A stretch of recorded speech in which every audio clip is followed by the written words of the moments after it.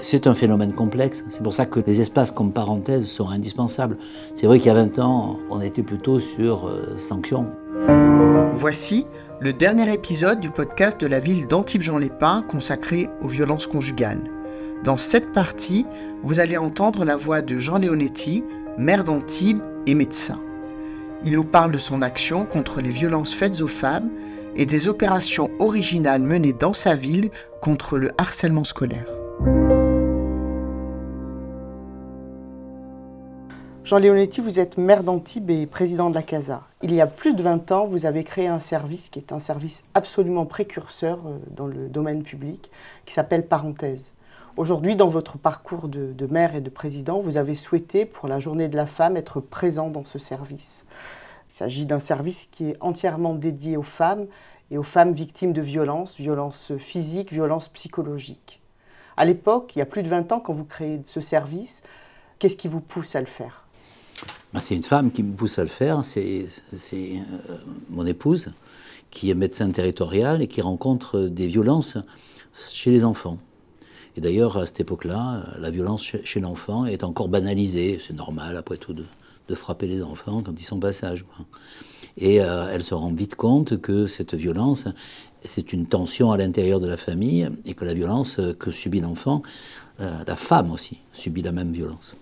Et donc, on essaie de créer un espace, parenthèse, dans lequel il y a une parenthèse dans la vie de ces personnes qui sont en souffrance, qui sont niées dans leur existence et qui sont en partie détruites.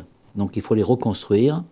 Il faut qu'elles aient la capacité de verbaliser, la capacité d'être écoutées, d'être valorisées, d'être considérées, d'être respectées. Et donc c'est le début, effectivement, du service parenthèse. Et puis ensuite, il s'est étoffé, bien sûr, il s'est étoffé de nouvelles lois, fort heureusement, il s'est étoffé d'une conscience populaire qui, petit à petit, a avancé, a progressé. Il s'est étoffé aussi d'associations qui ont pris en charge ces patients. Ils sont aussi aidés par la justice. La justice, il faut aussi qu'elle plane au-dessus des débats. Bien sûr, la sanction pure n'est pas la solution parce qu'on est dans des situations complexes, individuelles, aucune ressemble à l'autre. Et en même temps, c'est un couple. Ce sont des gens qui se sont aimés ou qui s'aiment encore d'une certaine façon. Et donc, on ne peut pas le prendre uniquement sur le biais de la sanction-réparation. Il faut qu'il y ait un travail psychologique, et ce travail psychologique d'ailleurs, il faut aussi qu'il s'adresse à celui qui est violent, pour que, dans la plupart des cas, il prenne en considération sa faiblesse de recourir à la force et à la violence sur des situations qui en fait le mettent en grande difficulté. Tout à l'heure, vous avez rencontré des femmes victimes de violences. Est-ce qu'on peut vous demander ce que vous leur avez dit ? Vous êtes adressé directement à elles. Je leur ai dit que c'est toujours gênant qu'un politique s'adresse à ces sujets, et au fond, je le fais plus en médecin qu'en maire. Le deuxième point, c'est que quand on est détruit au fond de soi, parce qu'on est dénigré en permanence par la violence, qui peut être bien sûr le plus souvent physique, mais qui peut être aussi psychologique, et qui est aussi destructrice que la violence physique, parce qu'elle nie à la fois le corps de l'autre et elle nie l'esprit de l'autre. Donc il faut se reconstruire et s'épanouir. On ne peut pas s'épanouir si on n'a pas cette prise de conscience. On ne peut pas s'épanouir si on n'a pas une forme d'estime de soi retrouvée. Et donc nous sommes là pour leur dire, votre personnalité est riche, elle est aujourd'hui en prison, éveillez, faites-la sortir, votre personnalité, parce que dans cet épanouissement, vous allez pouvoir à la fois être mieux dans votre peau, mieux dans votre tête, mais aussi mieux aimer les autres. J'imagine que dans votre rôle dans votre statut de médecin et dans votre rôle d'élu, vous avez certainement dû être confronté ou sollicité même pour intervenir sur des situations de violence conjugale. Est-ce qu'à ce moment-là, vous avez mesuré la difficulté de cette prise de conscience ? Oui, c'est compliqué. C'est compliqué. Une femme s'adresse au maire ou au médecin maire en lui disant voilà, je suis victime de violence. Qu'est-ce que je dois faire, voilà. Et on ne peut pas donner un conseil comme ça en disant partez de chez vous, on va vous accueillir dans telle structure, ou bien essayer d'avoir une explication approfondie, ou bien ça fait longtemps que ça dure, ou est-ce que vous êtes dans une emprise psychologique qui est forte et qui s'accentue. Donc généralement, bien sûr, on peut orienter ces personnes, mais on ne peut pas les prendre en charge à titre personnel.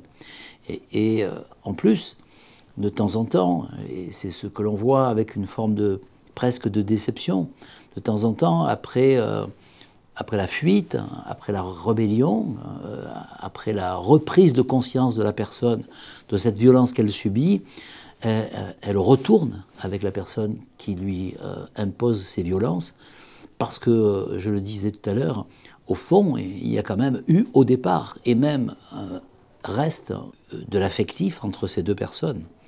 D'ailleurs, le plus souvent, ça commence par un amour fusionnel, un amour dans lequel on a l'impression qu'on est l'autre et donc on ne permet pas à l'autre d'être soi-même.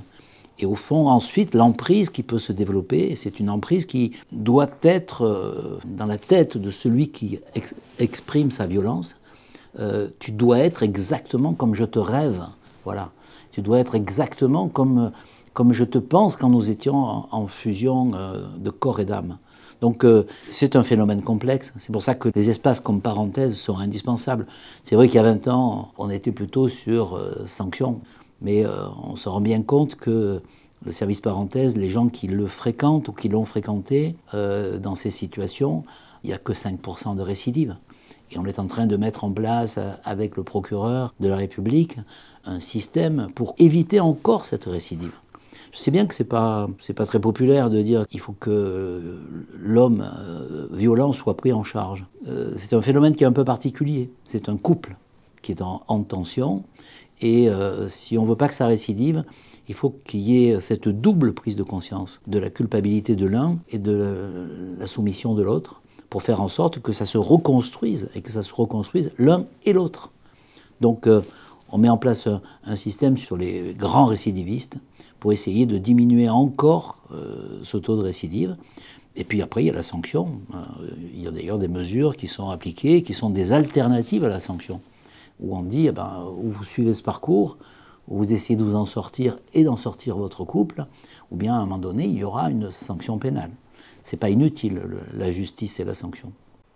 Jean Leonetti, vous pilotez la ville d'Antibes, vous pilotez la CASA, et à ce titre, vous continuez de mettre en place des actions tout à fait innovantes pour lutter contre le harcèlement scolaire, pour lutter contre les violences faites aux femmes, pour lutter contre le sexisme. Je pense à Quand c'est non, je pense à Un banc, une école. Est-ce que vous pensez que la prévention reste quand même l'outil majeur dans ce domaine, sur les générations qui arrivent? Très certainement, c'est culturel. Je ne dis pas qu'il faut changer notre culture, mais il faut changer notre regard. Le regard sur le vulnérable est un élément majeur. Ce qui est vulnérable doit être protégé. C'est aussi simple que ça. Donc, et il faut donner plus à ceux qui ont moins. C'est une règle de la République de Platon. Voilà. Donc là-dedans, le meilleur des mondes n'existe pas. On n'est pas dans un monde de bisounours. Mais je suis certain, pour en avoir longtemps discuté avec mon ami Ruffo, qui est un pédopsychiatre, que si on éduque les enfants dans la bienveillance, on aura quand même moins de violences qui se reproduiront. On est frappé par le fait que ceux qui ont subi la violence la reproduisent, que ceux qui ont subi les agressions sexuelles les reproduisent.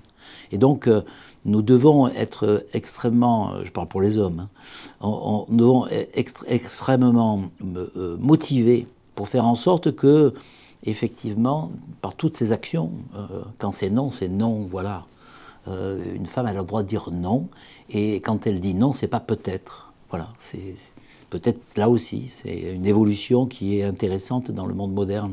Et les enfants, Un banc, une école, qu'on a mené avec Yves Daon, c'est de faire des bancs, de faire décorer, mais se dire, sur ce banc-là, si tu as un problème, tu vas trouver un ami.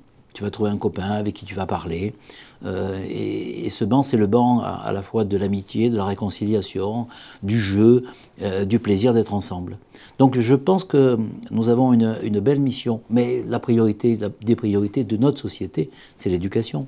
Donc si on ne veut pas se retrouver avec les mêmes inconvénients que ce qu'il y avait auparavant, avec les mêmes difficultés, les mêmes violences, bien, il faut commencer inlassablement à éduquer les nouvelles générations. Mais petite note optimiste quand même, c'est mieux qu'avant, non? c'est mieux qu'avant, c'est mieux que lorsque la femme n'avait même pas l'idée de pouvoir se plaindre à une personne extérieure. Comme quand tout ça a été masqué, que la parole n'était pas libérée, que la justice ne s'intéressait pas, que la politique regardait ailleurs. Moi, je trouve qu'il y a une progression qui s'effectue petit à petit. Elle sera longue, mais il faut qu'on soit déterminé et opiniâtre. Justement, vous parlez de liberté de parole et de parole publique. Dans l'actualité, on entend beaucoup de femmes dans les milieux, notamment de la culture, du cinéma, prendre la parole et dénoncer publiquement des agressions qu'elles auraient subies. On est obligé pour l'instant, dans certains cas, d'utiliser encore le conditionnel. Quel est votre point de vue sur cette actualité-là? Est-ce que vous pensez que cette prise de parole, elle est nécessaire, que c'est un cap à passer pour arriver sur autre chose? Peut-être que le monde du showbiz est un monde qui était un peu caricatural, dans lequel il y avait là aussi des effets de domination, en particulier des hommes au pouvoir, entre guillemets, en face de femmes qui s'engageaient dans une carrière artistique. Je pense que c'est bien que ça se fasse. Je veux bien que ça se fasse parce que le showbiz, tout le monde le voit. Et donc finalement, c'est un message qui est peut-être complémentaire du message institutionnel, du message éducatif, du message politique. Mais après, nous devons tous avoir le recul nécessaire pour se dire que ce pays, c'est un pays dans lequel la présomption d'innocence doit toujours continuer à prédominer. Voilà. Donc c'est bien que tout le monde en prenne conscience. C'est bien qu'à la télévision, sur des moments qui peuvent paraître violents dans leur verbe, ces choses-là soient dites. Attention aussi à ne pas en faire une situation dans laquelle n'importe quel réseau social ou n'importe quelle personne peut accuser n'importe qui de n'importe quoi. Ce sont les limites à ne pas dépasser. La limite, c'est toujours l'équilibre. Donc trouver l'équilibre entre la défense de la personne victime et l'efficacité pour la défendre efficacement. Regardez, si vous portez plainte et que c'est classé sans suite, et malheureusement ça arrive souvent, parce que il n'y a que 2 personnes, parce qu'il n'y a pas de témoignage, parce qu'il n'y a pas de coup qui soit identifié, qui ait été constaté, bien c'est presque un échec. Donc il faut que la justice continue à être équilibrée et qu'elle ne poursuive les personnes qu'après une enquête. Et que dans le monde, en général, on conserve dans l'esprit, ce qui est de moins en moins vrai, la présomption d'innocence pour tous et pour chacun. C'est une forme de violence que d'être dénoncé sans preuve et d'être soumis à la vindicte publique alors que la justice n'a pas tranché. Enfin, aujourd'hui, le droit à l'IVG est inscrit dans la Constitution française. On pense à nos mères, on pense à nos grands-mères, à ce qu'elles ont pu vivre. C'était une étape importante pour vous?